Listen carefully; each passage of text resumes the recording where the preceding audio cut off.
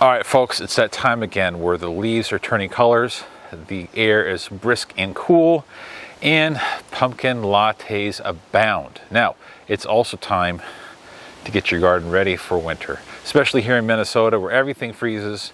We want to make sure we prep this for our best success over winter and come next spring and growing season. So we're going to show you a few tips. Now, some things are going to come out of the ground, we'll show you those, and other things are going to stay in the ground, we'll show you those. As what do I do to make sure we prep that soil, make sure it's going to be ready to go for winter and also ready to go for spring. So let me show you what we got. All right, so let's talk about what's staying in the ground. Come on.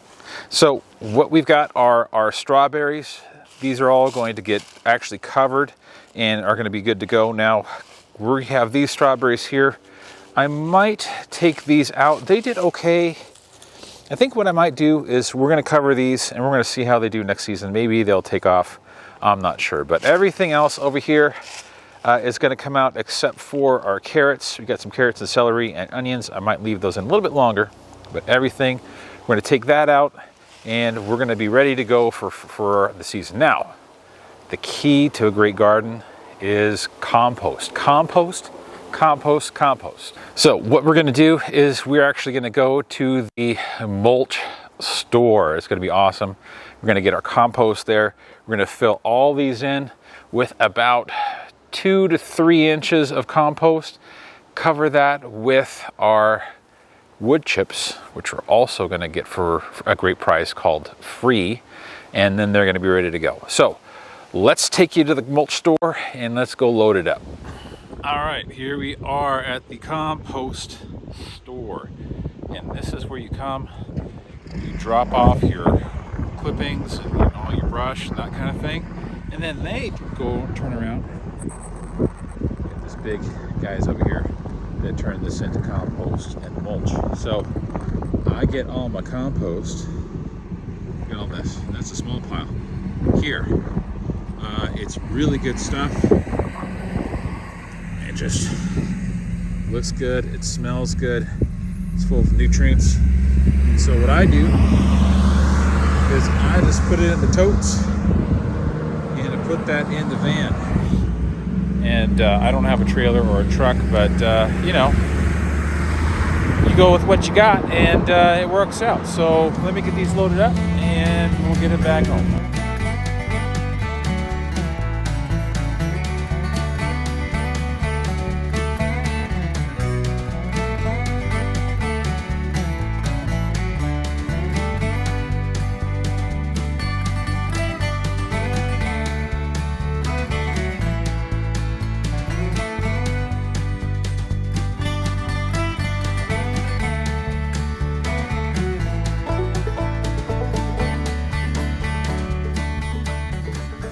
So we got our totes loaded up. Another thing about this is the price.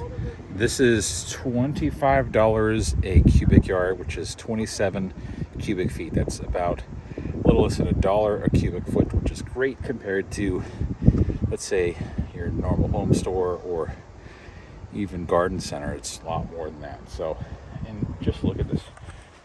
Look at how good this is. Like, it's hot, it smells good, it's got that great compost smell, and it's a great price. And I'll talk about, this is organic or not, but gotta get going, gotta get back home. So we'll talk about that in the next shot. So it's time to take everything out. Now, here's the thing. I could bag this up, throw it in the trash. It depends on what you've got. So, for example, these tomato leaves, generally, you might have a lot of disease, a lot of blight, and I'll get some examples of that. But these are still pretty green. I'm just gonna throw these in the compost pile, let those break down over fall, winter, into spring, and then these will contribute to all the new growth come spring. Now, if it's full of blight, let me get you an example. Now, if it looks like this, focus. It looks like that. It's got all this growing on it. I wouldn't put that in the compost. That's going to lead to disease for next year, and you don't want this. So this goes in the trash, not recycling, not anything. Throw this as much as you can. Throw that in the trash can, so it doesn't affect other people's mulch and that kind of thing. That's the best way to handle it. So if it's green, go ahead and just put that in the compost pile. If it starts looking like this, it's got to go bye-bye. It's got to go in the trash. So we're going to get to clearing this out, and here we go.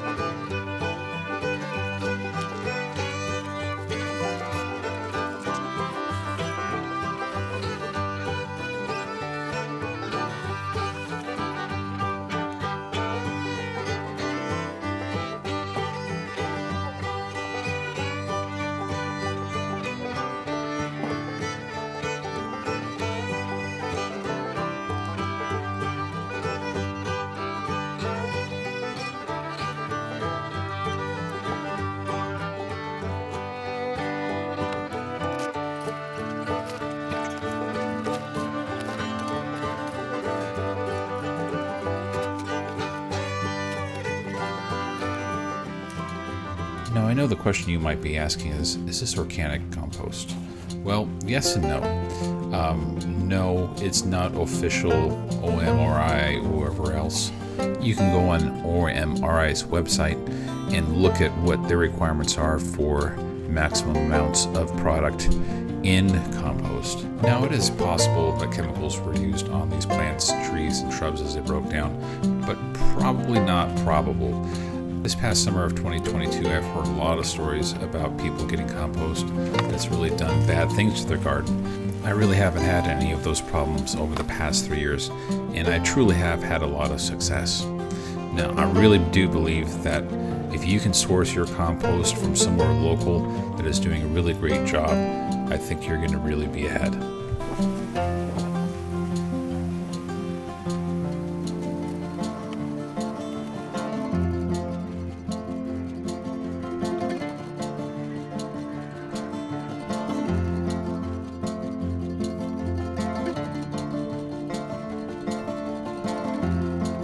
All right, so our second ingredient we're gonna need for winter is our mulch. Now, you can go to the store, go buy some. Comes in pretty colors, comes in nice shades. I don't care about that stuff, and most people don't that I know. But our city gives it away for free. They go and cut down trees, they chip it up, and get all these wood chips right here. That's what mulch is, and it's pretty good. We don't have a lot of, we got some twigs and sticks in here, and that's fine. It'll break down, and it always does. But this is perfect for your hydrangeas. If you got shrubs in the front yard even, or your trees, just put that mulch down, and this is gonna make it just a nice layer and actually break down over winter a little bit, and it's gonna help enhance our garden. So let's get working.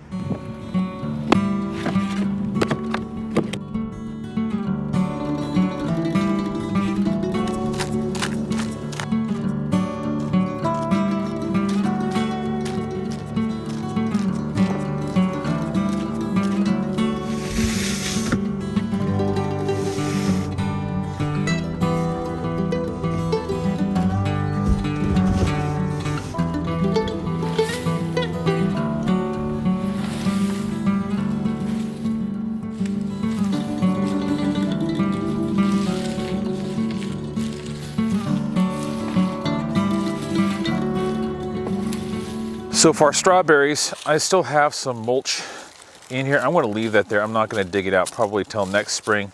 And I'm going to go ahead and cover this whole thing with mulch, probably about 3 or 4 inches over what's already here. And it's going to help insulate the plants and the roots and the crowns. And next year, come spring, these will come right back. It's pretty cool how these can go dormant over winter and they actually come back during spring. So let's get our mulch and cover these guys up.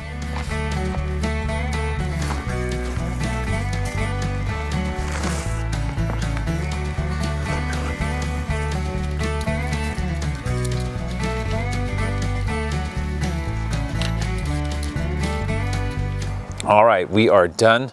We've got all our beds made, if you will, with our mulch and compost. We've got about 3 to 4 inches of mulch on top here. And this is actually from last year. It's still breaking down.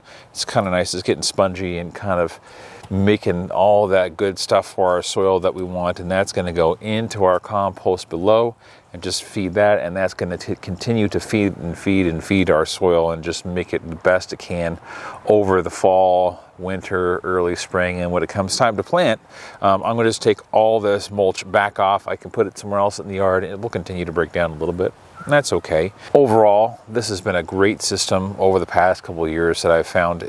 I'm going to put this to bed anyway. I might as well give it its best shot at just improving that soil as much as possible. So I hope this helps with your gardening and your experience. Let me know what you think. Let me know what you've had success with and kind of preparing your garden for winter. That'd be great to find out. If you want to check out my video on how I made these beds, that's going to be linked right over here, there. So go ahead and check that out in the next video, and we'll see you in the next one.